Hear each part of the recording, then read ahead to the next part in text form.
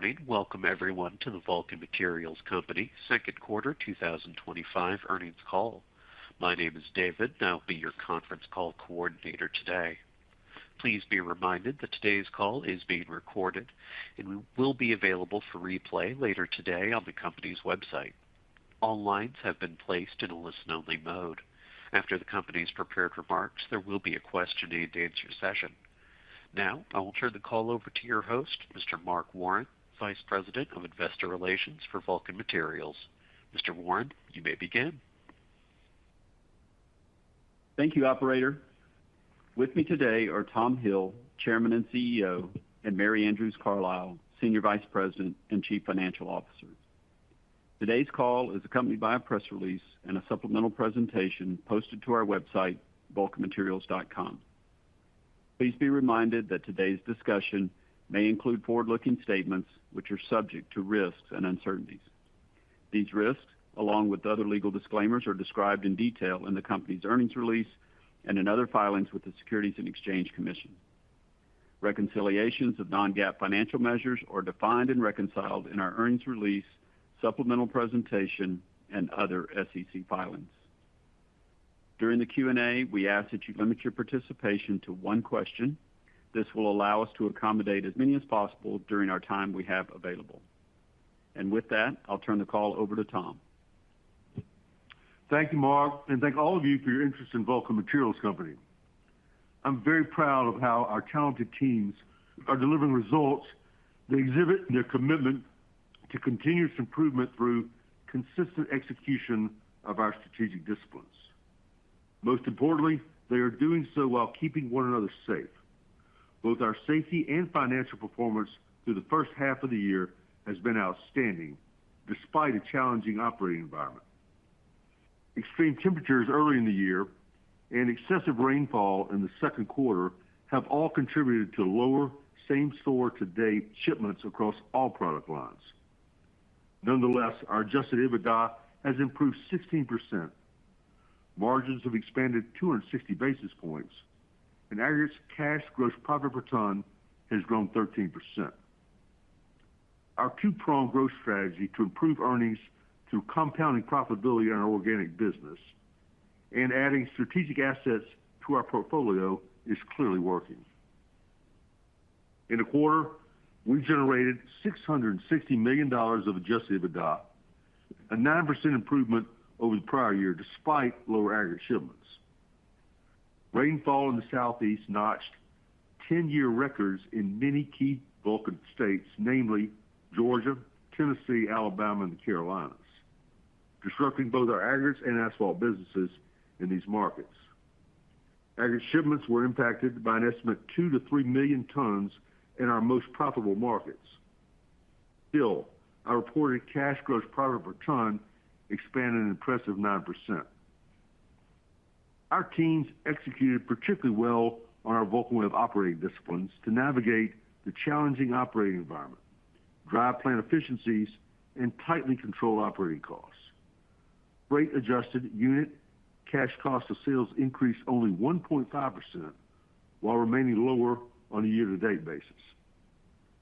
Price improvements was geographically widespread, and freight-adjusted average selling prices improved 5%. On a mix-adjusted basis, average selling prices improved 8%. The difference was the anticipated impact of recent acquisitions and unfavorable geographic mix due to weather-impacted shipments in our attractive Southeast markets. Consistent pricing discipline coupled with operating execution are yielding attractive unit profitability growth as we move into the back half of the year. Let me share a few other thoughts about the second half. Residential construction activity, which accounts for about 20% of our shipments, remains weak with persistent affordability challenges across most of the U.S. markets. Starts and permits for single-family housing continue to accelerate.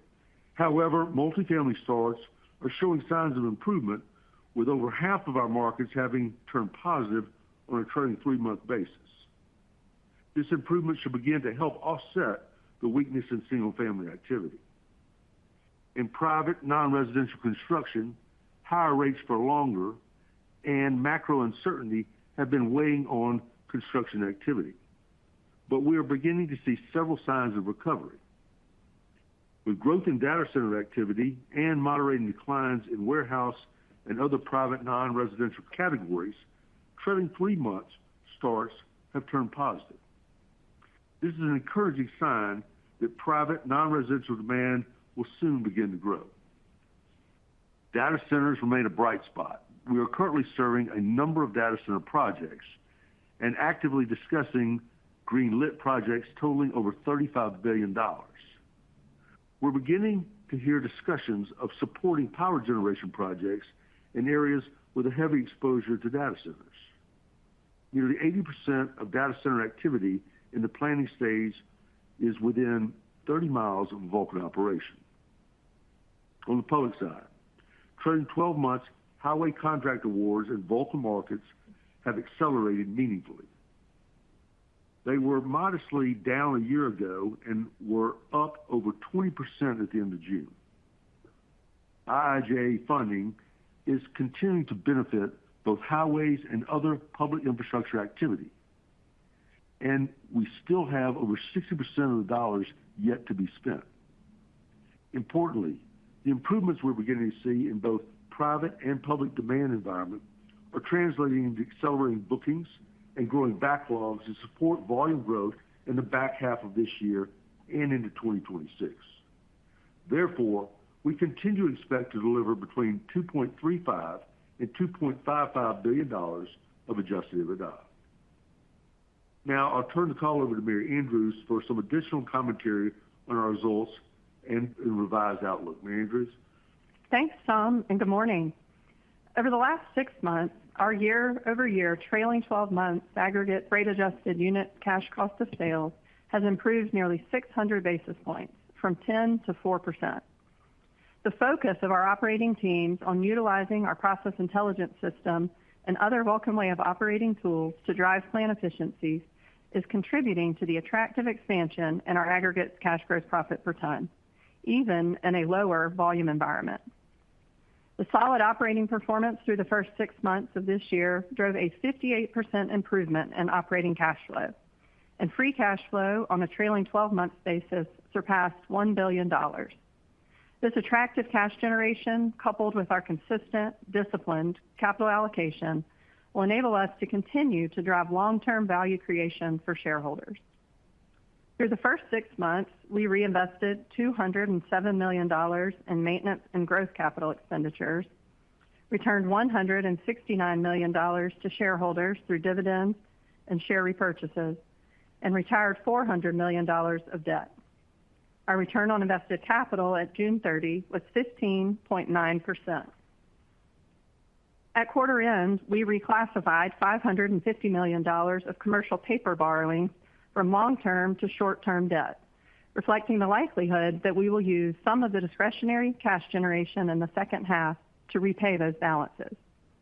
Doing so will reduce our interest expense while maintaining the flexibility to reissue at any time to opportunistically capitalize on growth opportunities.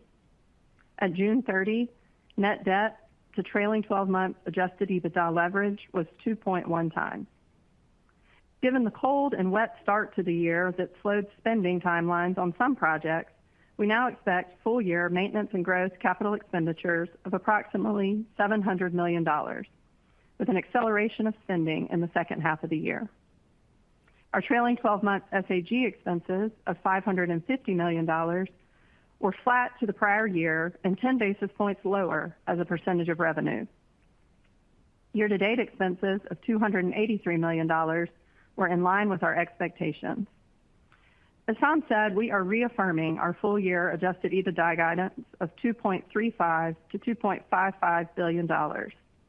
Double-digit year-over-year shipments thus far in July, the exceptional execution of our teams in the first half of the year, and the improving private and public demand backdrop all give us confidence in an accelerating second half of the year. I'll now turn the call back over to Tom to provide a few closing remarks. Thank you, Mary Andrews, and thank you to my Vulcan teammates who delivered a strong first half of 2025. Our trailing 12 months aggregate cash gross profit of $11.25 per ton is now over 50% higher than just 3 years ago when we communicated a goal of $11 to $12 per ton. This clearly depicts the durability of our aggregates-led business and our commitment to controlling what we can control to deliver consistent earnings growth for our shareholders, regardless of the demand backdrop. And now Mary Andrews and I will be happy to take your questions.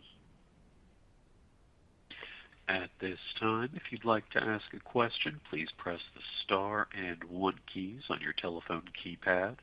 Keep in mind you may remove yourself from the question queue at any time by pressing star and 2. Again, in the interest of time, we ask that you limit yourself to 1 question. If you have any follow-up questions, you may re-enter the queue. As a reminder, it is star and 1 to ask a question. We'll take our first question from Trey Grooms with Stephens. Please go ahead. Your line is open. Hey, good morning, everyone. Thanks for taking my question. So, clearly you all faced a heavily weather-impacted first half of the year, which clearly impacted your volume and I'm sure had to hurt profitability as well to some degree. So I guess what are you seeing or what gives you the confidence going into the second half to reaffirm your EBITDA guide for the year despite this kind of tough first half that we've been having to deal with, especially due to weather? Well, thanks for the question, Trey. I think, Trey, ex rain, I was very pleased with the quarter and the first half of the year.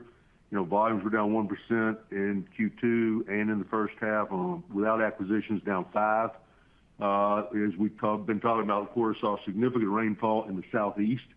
And with our outsized performance in the southeast, we were probably impacted more than most. Now, that's the tough news. For me, the good news is that even with the wet weather in Q2, the cold weather in Q1, volumes down, and the most impacted region being at Southeast, which houses probably our highest prices and margins, we still saw first half prices up 6% and unit margins up 13%.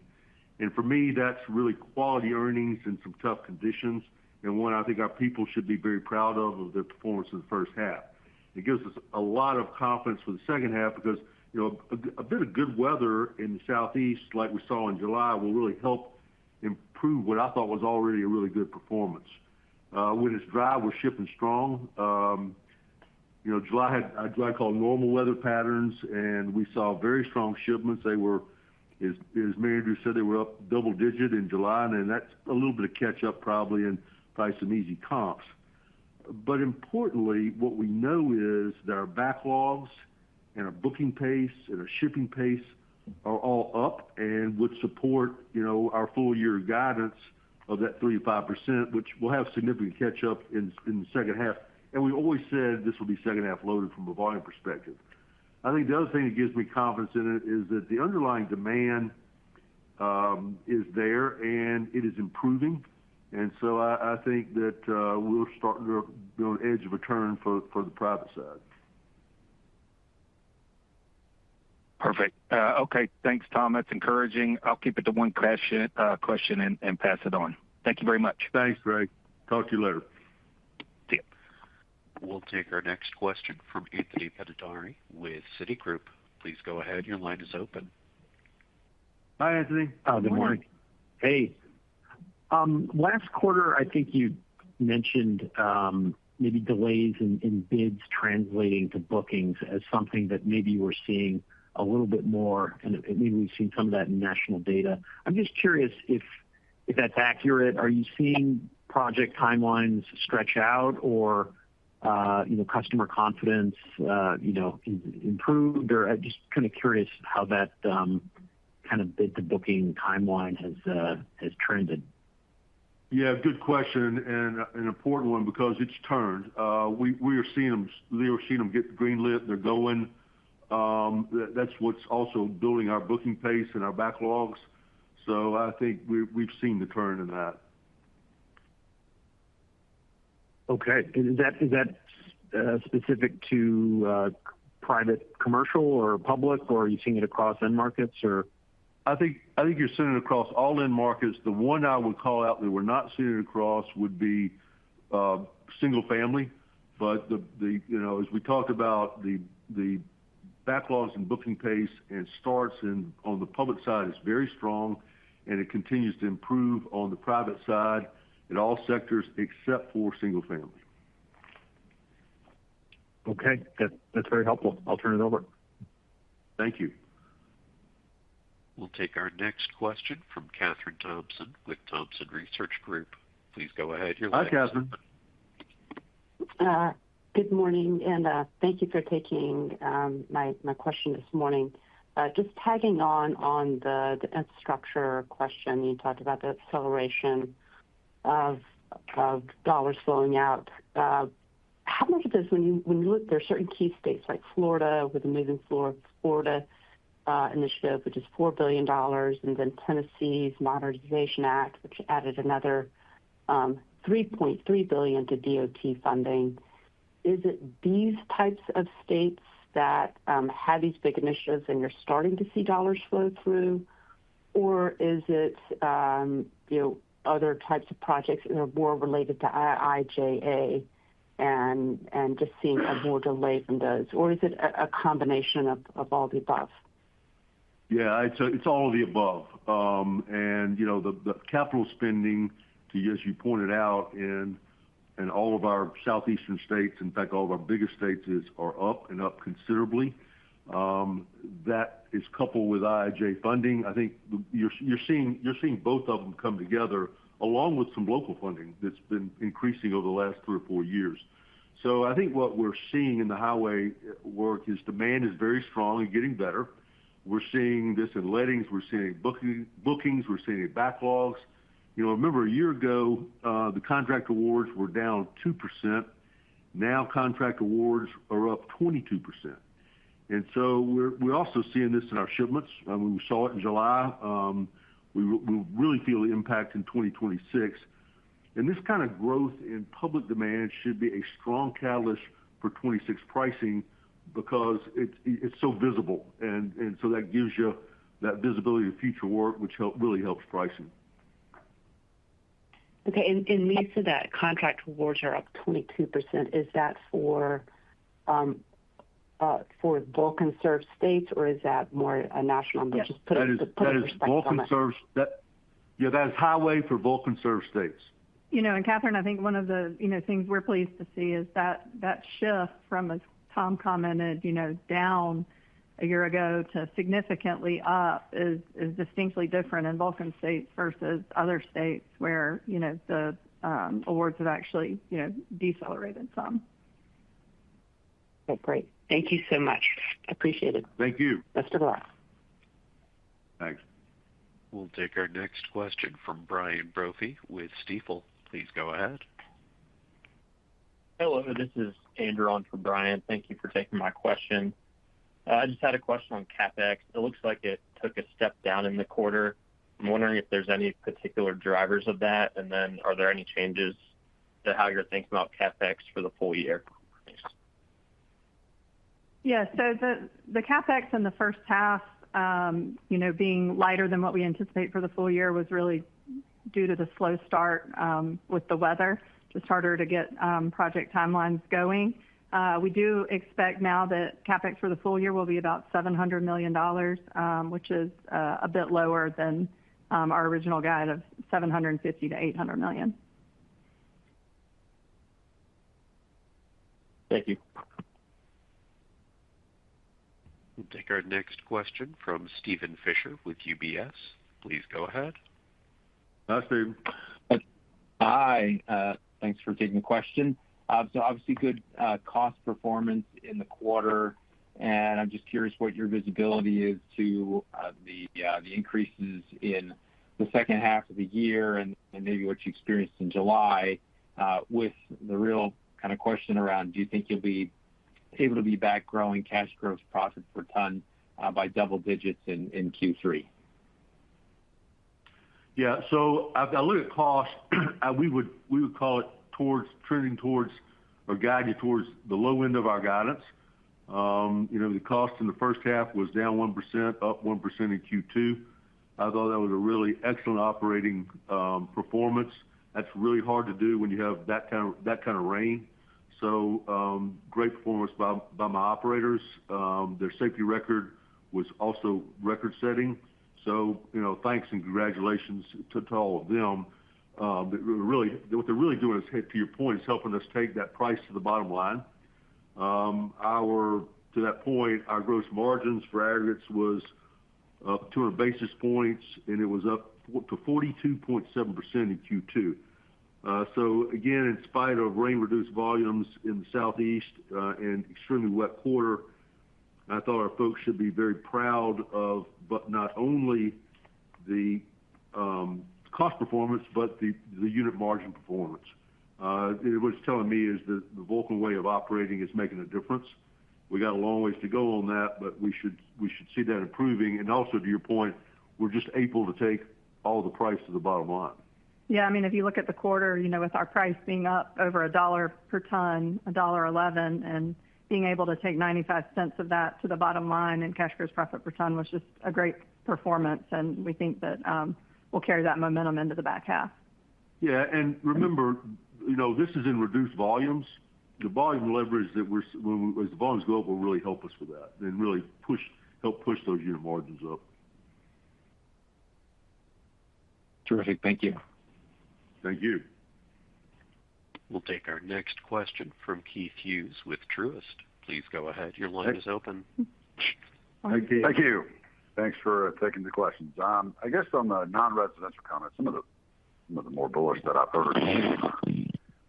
When do you think that would turn into volumes for you? Is that a 26 story, or what's the view? We'll feel a little bit of it in the second half. I think it is probably more of a 26 volume just because you got a delay in those projects. But I think we're starting to see that. We are definitely seeing it in our backlogs, and we're starting to see a little bit of it in shipments, but I think it's more of a 26 play, 27 play. We've been anticipating a recovery in non-res. Now I think we're starting to see signs of the turn. The data centers are accelerating quickly. We're seeing some green shoots in warehouses, and we're seeing some green shoots in traditional like non-res, which we think is at the bottom. Our backlogs in non-res are up and support that our encouraging comments. So I think we're encouraged about it. Let's hope that momentum continues, but it sure appears it's going to. And the final question in the guide, what are you thinking about second half for aggregate pricing?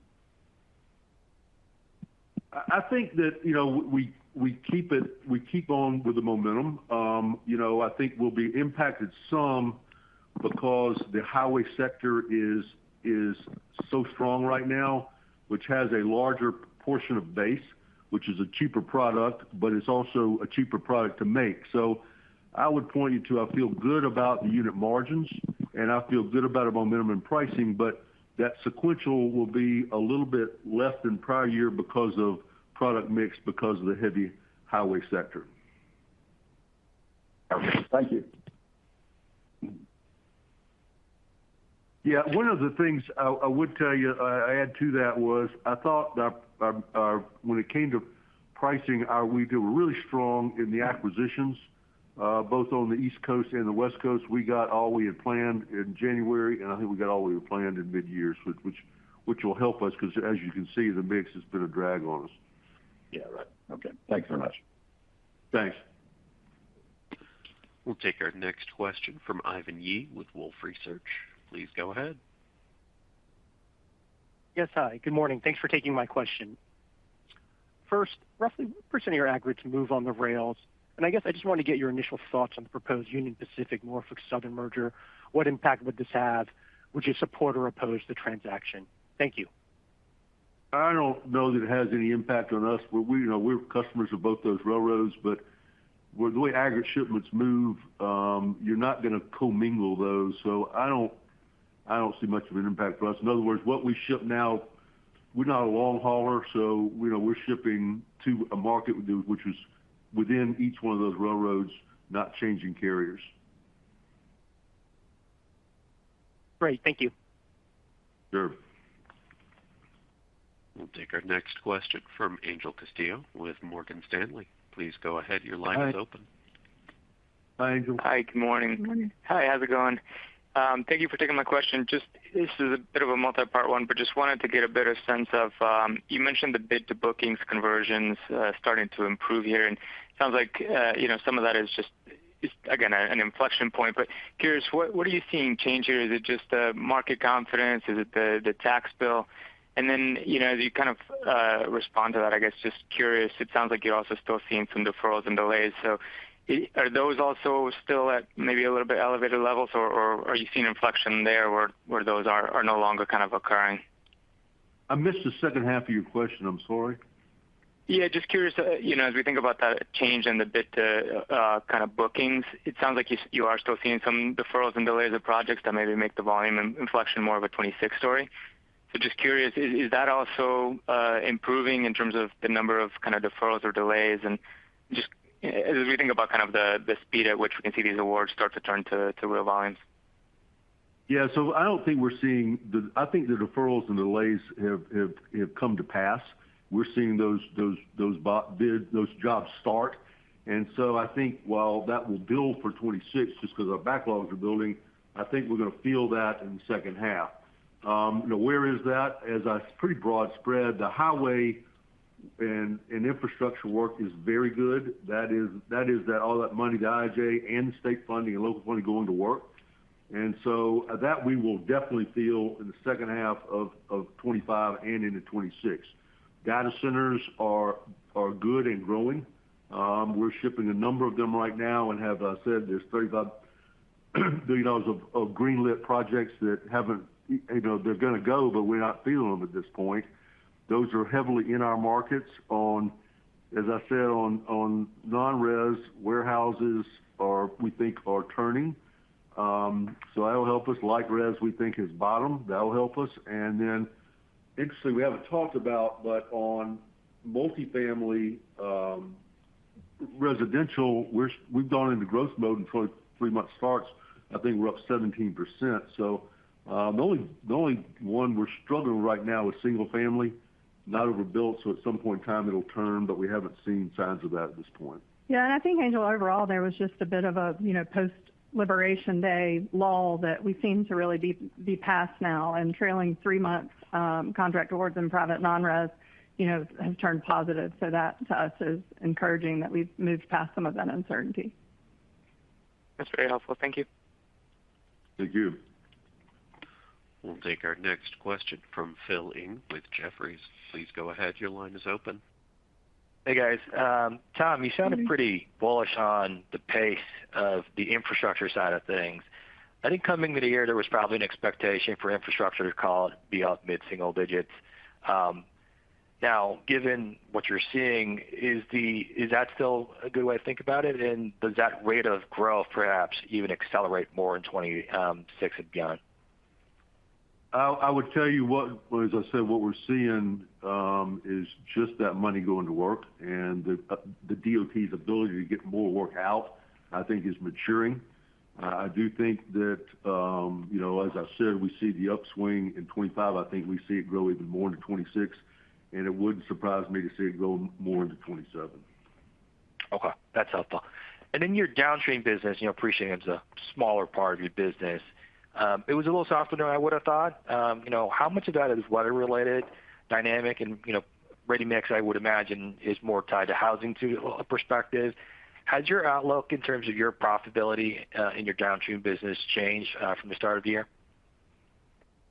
So, Phil, you're right. The first half was impacted really by the weather in our asphalt business in Tennessee and Alabama. And the softer, private demand did weigh on ready mix. I think, overall in asphalt, we still saw price improvement, and the lower liquid helped, offset the lower volumes in the quarter. So I think a pretty, solid performance there. The good news is we've seen a good recovery already in July shipments, where, we were weather impacted. And I think the accelerating public demand and a little bit lower liquid level versus what we'd initially anticipated all bode well for the back half in asphalt. And then in ready mix, we certainly have some ground to make up, but we saw price improvement, unit margin improvement, even with the lower volumes. Some of that, in part to the quality of that recent Southern California acquisition. But we're encouraged in ready mix by some of the positive, signs on the private side that Tom was just talking about, and still think we have a shot at some improvement in the back half. Okay. Helpful color. Thank you. Thank you. We'll take our next question from Garik Shmois with Loop Capital. Please go ahead. Your line is open. Great, thanks. I had a question on aggregates pricing. How should we think about mid-year increases this year? Tom just spoke a little bit to traction on acquired markets. Just wondering how widespread the mid-years were. And then also, on the mix side, appreciate the product mix headwinds with more base. But I'm wondering about geographic mix, especially if the Southeast snaps back here as it has in July. How does that impact pricing in the second half of the year? Yeah, so on mid-years, I'd call it, some products in some markets, which is not that unusual.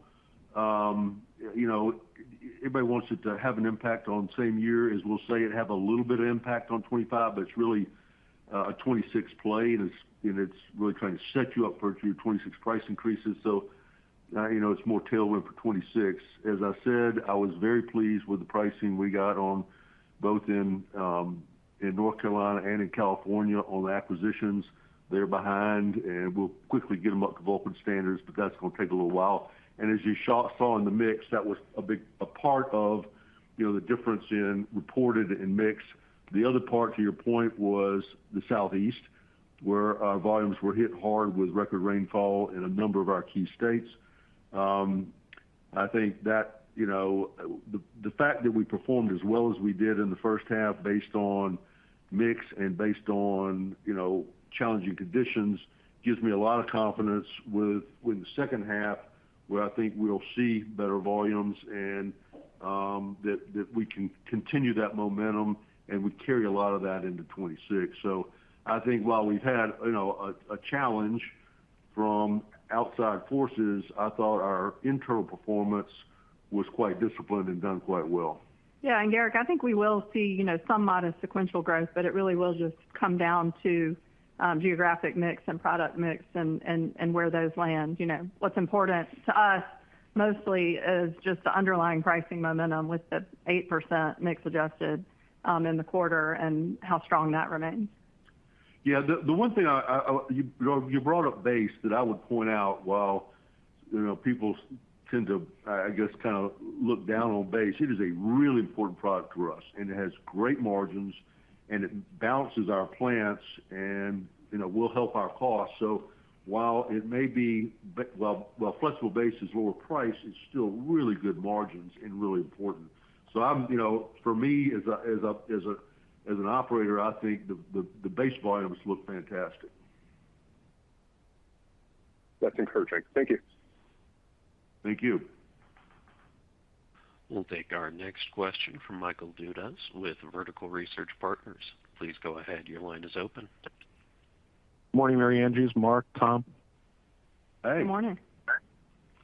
Tom, I want to share your thoughts on Big Beautiful Bill legislation and how that, maybe from your clients, or how you assess it from a Vulcan standpoint, and maybe to follow on to that, what are you hearing your thoughts on IIJA 2.0?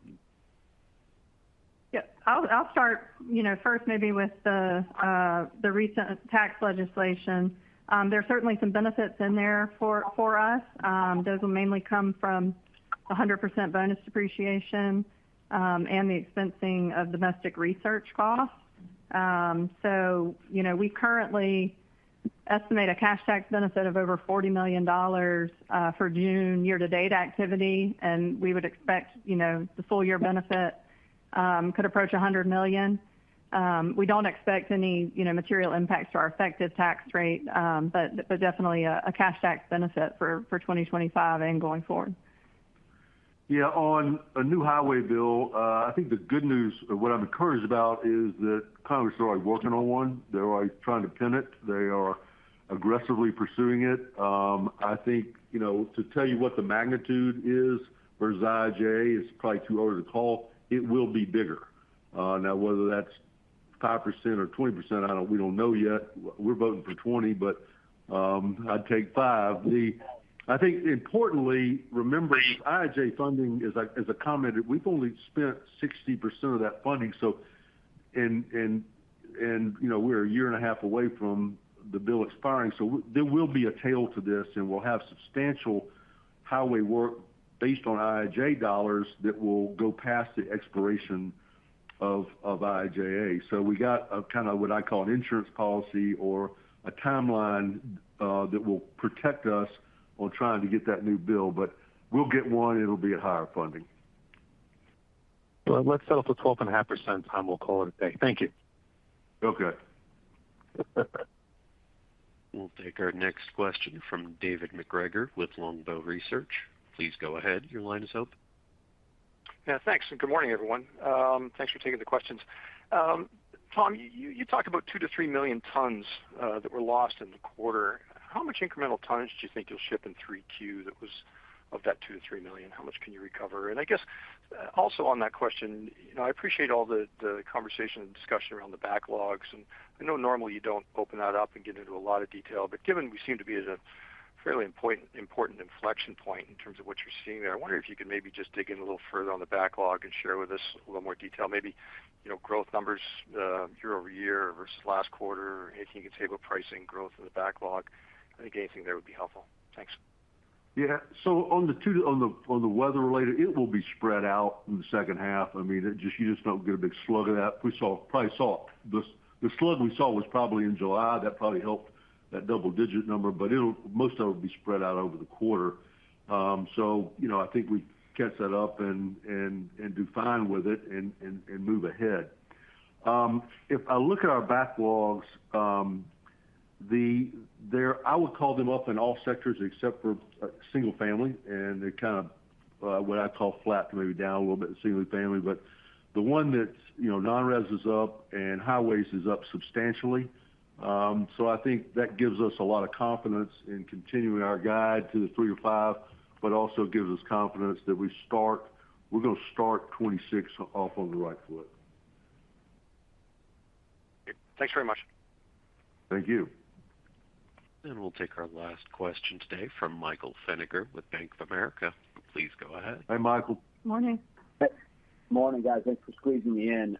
Tom, you mentioned with the second half, the product mix with highways kind of weighs on the sequential pricing. It sounds like a mixed impact. Is there anything we should keep in mind for 2026 if growth is led more by highways and data centers? Does that headline pricing number look a little bit more modest, but the price versus cost spread is still the same in terms of 60% incrementals, kind of double-digit gross profit per ton? Just kind of wondering, as the mix and your end markets kind of evolve, do we have to think about differently if it impacts the pricing or the profitability metrics at all? Well, over the last couple of years, we've got a lot of headwinds on the private side, and we've been slow getting growth on highways about where we thought. But what's encouraging me about pricing 26 is 2 things. Number one, the highways is so strong, and you got a lot of visibility to coming work in highways. It's not just what we have in our backlogs, but what's the funding and the capital spending levels for our states. Couple that with the IIJ money maturing and the DOTs being able to get that work out. All those are really factors. But remember, highway work, once they say it's going to go, it's going to go. It's not going to get paused. It's not going to get pushed back unless you have a permitting issue. So there's a lot of clarity to what's going on that. If you layer on top of that, if we're making the turn on the private side, then that gives us a lot of tailwinds for people having confidence in more work to come and taking risk on pricing going forward. So that's what's given me a better feeling than maybe what I had 3 or 4, 6 months ago when we were at a little bit of a lull on the private side and the public side had not kicked in as strong. Cool. Great. Thanks, Tom. Just lastly, from a second question, you guys are we're looking like $1 billion of free cash flow. Is that the new baseline for you guys going forward, rebasing the free cash flow this billion number and moving that higher? And if that is the case, this is your new baseline, which would be a record for the company. Like, does that change at all how you're thinking of capital allocation. I appreciate that. I think you're at 2x leverage, but I'm just kind of curious if that new baseline, does that kind of change or how aggressive you'll be on the capital allocation side? Thank you. Yeah, I would tell you, our capital allocation priorities don't change, but I think the level to which we can allocate capital to each of those priorities, does change. And even as you think about the back half of the year, given the current balance sheet profile and, the strong cash generation, I think returning cash, to shareholders is likely, and that level will, be dependent upon, how the M&A discussions that we've been having continue to develop. Yeah, I thought we were very pleased with the two acquisitions we closed on at the end of 25. We're pleased with our integration, particularly on the pricing side. M&A was a bit slow in the first months of the year. We're starting to have some conversations now that hopefully will be meaningful to us. So I'm encouraged. I'm more encouraged about the M&A than maybe I was 4 or 5 months ago. But also, like I said, once you buy one, you better execute, and I'm pleased with the execution of what we've done with the two we closed on in the last year. Thank you. Thank you. There are no further questions on the line at this time. We'll turn the program back to Tom Hill, Chairman and CEO, for any closing or remaining remarks. Again, thank you for your interest in Vulcan Materials. We appreciate your time. We look forward to talking to you throughout the quarter, and we hope you stay safe and your family stay safe. Thank you. This does conclude today's program. Thank you again for your participation, and you may now disconnect.